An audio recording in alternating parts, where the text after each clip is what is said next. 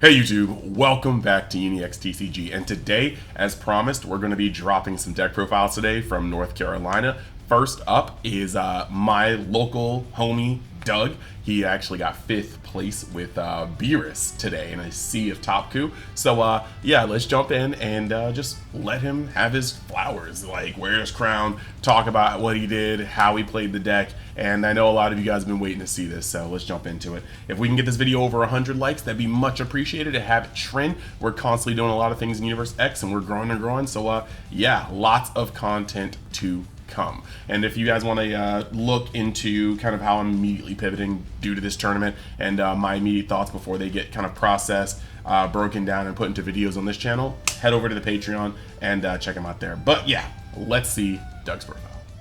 All right, so we are here with a DMV local, Doug, with a quite, I don't know, I'm looking for a word. I'm looking for a word that has more than like 10 letters, and normally my vocabulary is there, but it's not there today.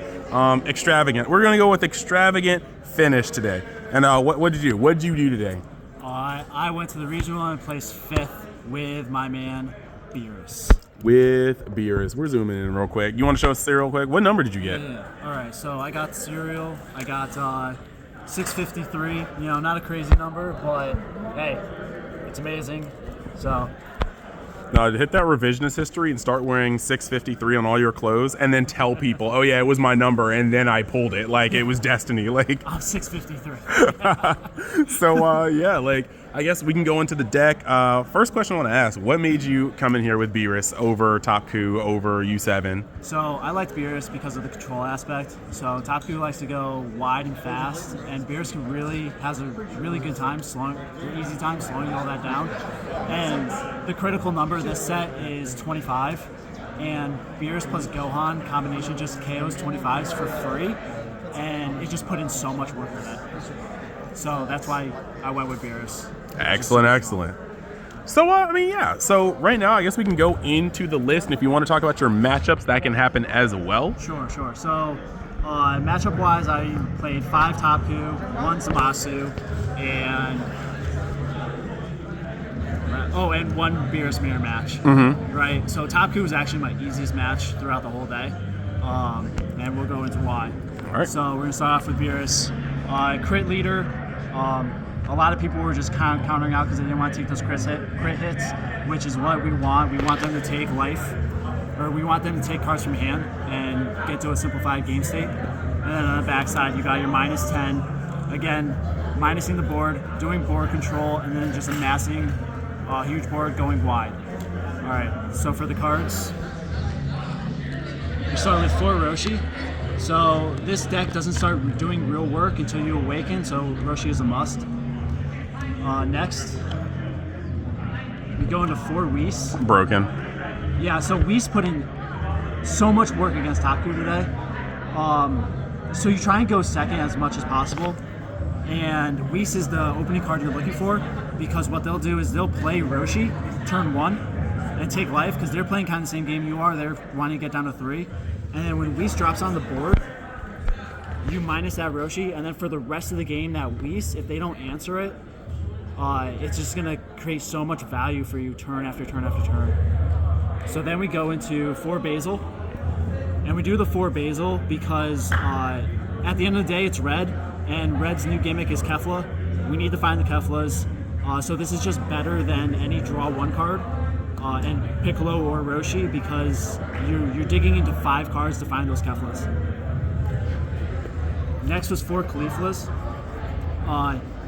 Again, play her, get closer to self-awakening, and then that critical puts a lot of pressure on your opponent. They don't want to take those free hits, so they will start countering out of these Kefla attacks, which is what we want, right?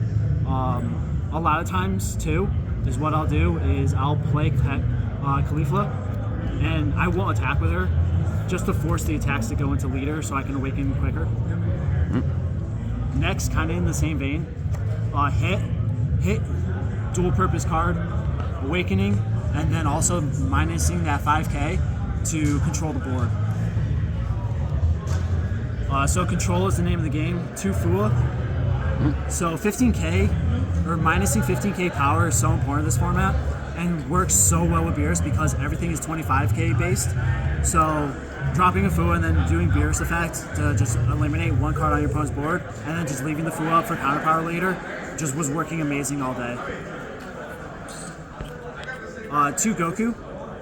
Goku worked really, really well. So one big card that we have problems with is Gohan. So when they do their Khalifa Gohan play, an easy out to that is minusing the Khalifa, playing the Goku, just getting rid of the Gohan, and then attacking into the Khalifa, which either they're going to pitch cards from hand, which we want, or let the Khalifa go, which is also what we want. So Goku put in a ton of work all day. Android 17. This card is honestly the card that could get cut. It was all right throughout the day. It did win me one top crew matchup where I played it off of Kefla and I just left it standing, so they had no answer to it. And my leader being 25 for like 3 turns in a row just meant that they couldn't do damage to me without ditching cards from their hand, which was amazing.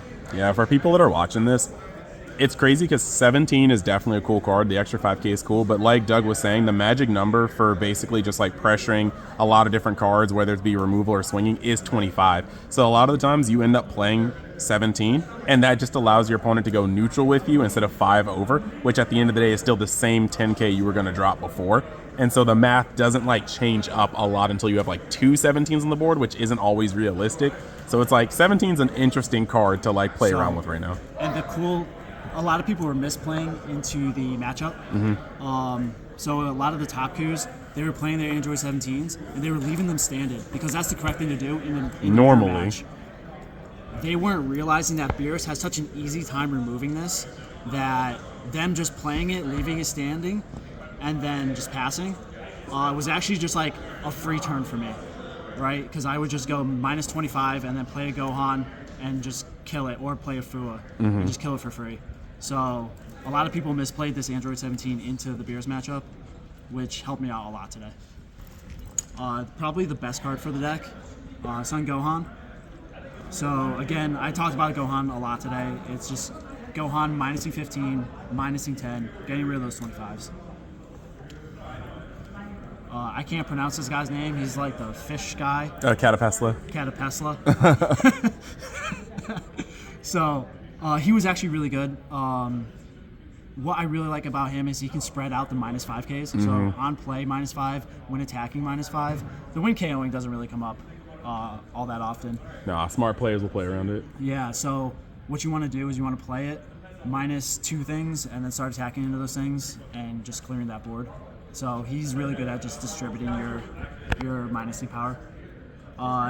Honestly, this Kefla, draw when awakened, it's really good to play off of your 4-drop Kefla.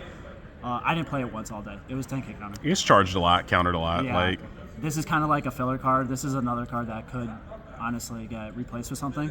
I don't really think there's anything better to replace it with at the moment. It's 10k draw one if you play it. Like yeah, it's good, but there's always better things to do. MVP bench rider. Yeah. 4-drop Kefla. What can I say? She was the GOAT all day. Actually, there was a bunch of games where I didn't play her at all, and I still ended up winning. Really off the back of the 3-drop Goku. But Kefla, she just does too much.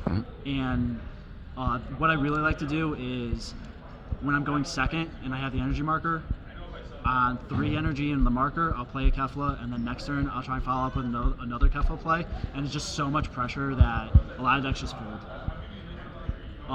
The MVP, this Goku, won me, must have been 5 out of my 7 rounds today. A lot of people weren't expecting the double striker. Yeah, from Beerus. So a lot of what happened today was people were sitting on Android 17s, and I would minus 10, play the Goku, KO the Android 17, and then just go in with Goku and just drop my whole hand. And I won so many games off of just doing that.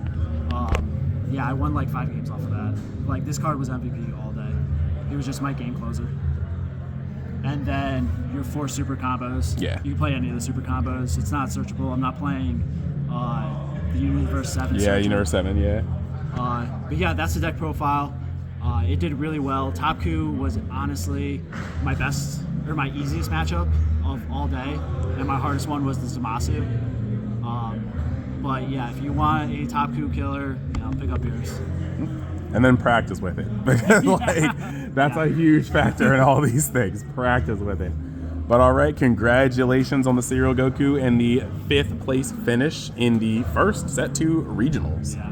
Are you going to do Chicago later or what? No, I'm not going to Chicago, but I think I'm going to Niagara. Okay. Yeah. Alrighty then. Well, congratulations again. Thanks for being on the channel, man. All right, no problem. DMV reppin'. Yep.